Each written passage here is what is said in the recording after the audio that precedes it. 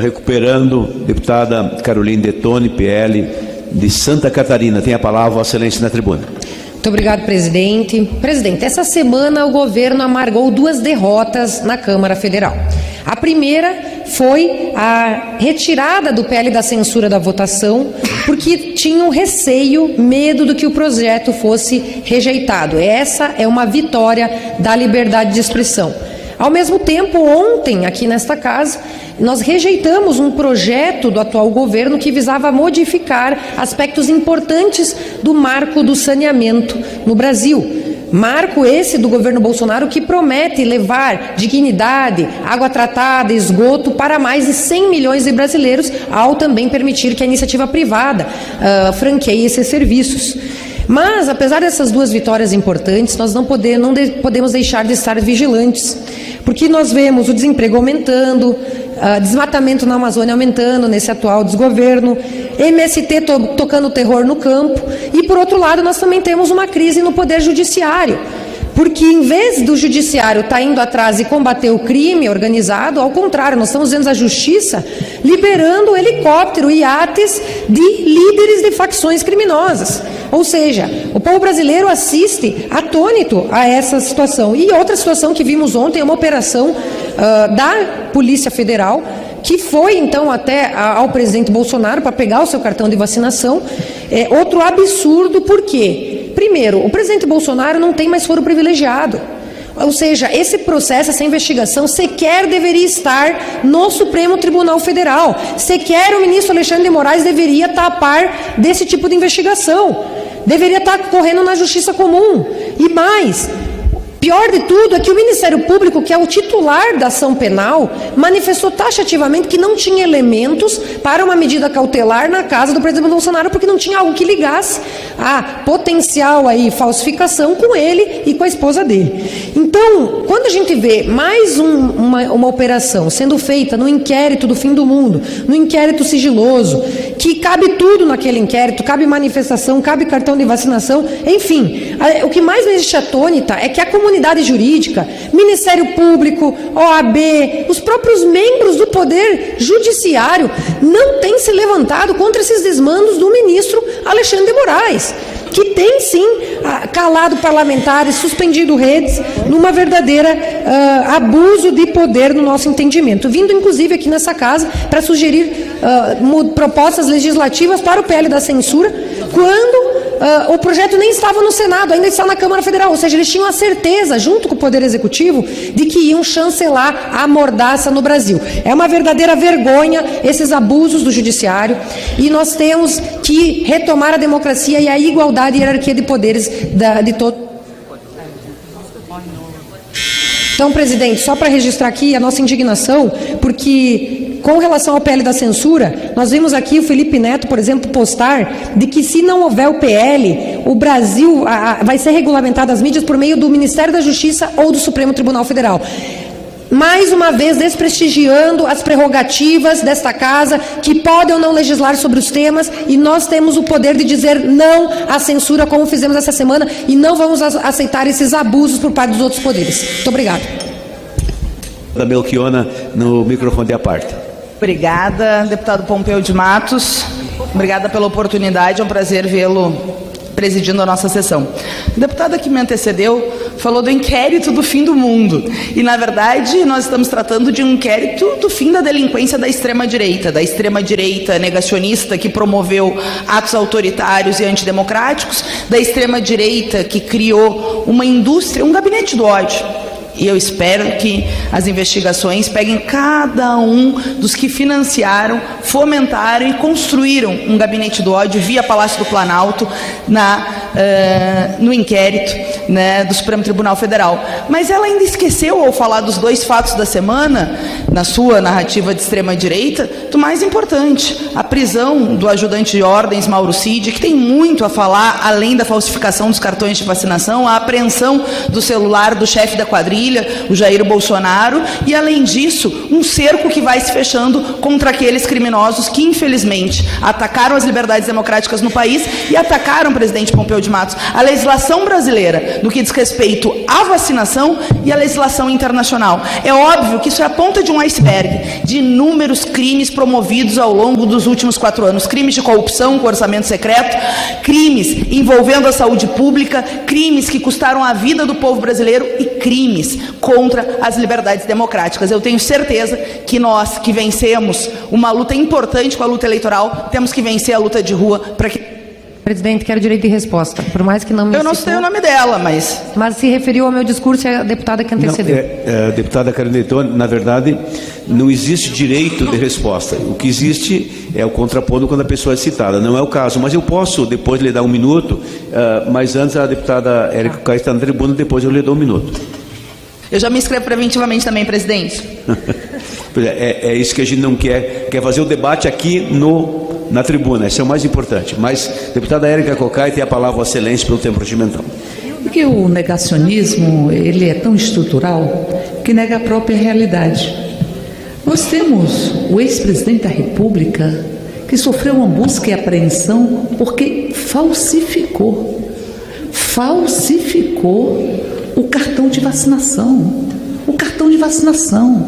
Ao que tudo indica, para fugir do país e para ter guarida em um outro país frente à derrota eleitoral que se impôs contra ele. Falsificou esse cartão. O presidente que estimulou a antivacina, que é responsável por tantas mortes nesse país. São centenas de milhares de mortes que estão na cota de Jair Bolsonaro. As pessoas que morreram porque ele não comprou uma vacina quando deveria comprar.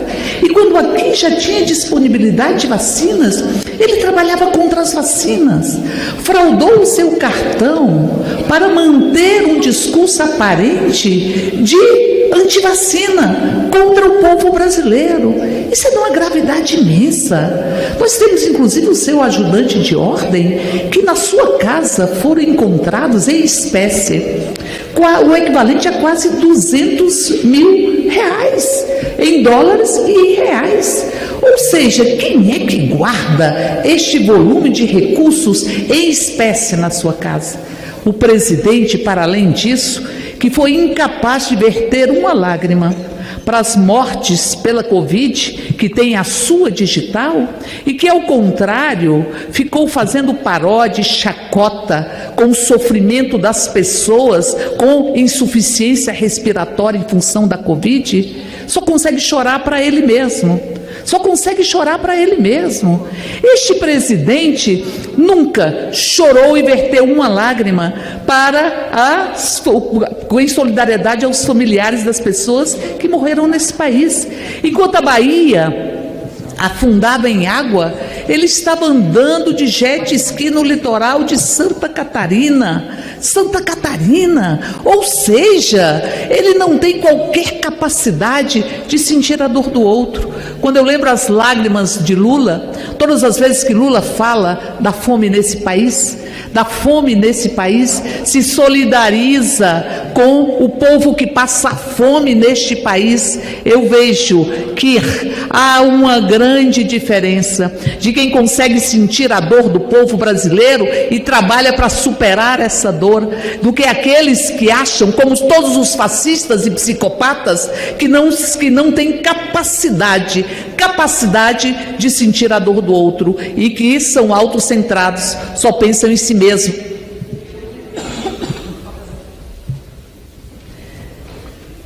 E vejam, esse sentimento de que o Estado é seu, essas associações que foram feitas com a milícia do ex-presidente da República e também dos seus familiares, esta associação com as milícias, achar que o Estado lhe pertence, o sentimento de impunidade tem que ser rompidos, porque construíram uma metodologia política que se constrói, que se baseia no ódio e na própria mentira. Por isso tem tanto tanto medo de termos uma política de enfrentamento às fake news nesse país, porque eles vivem de fake news, porque vivem da mentira. E agora, este ex-presidente da República que fraudou o cartão de vacinação, para além disso, tem que explicar por que afanou ou tentou afanar as joias que não lhe pertenciam.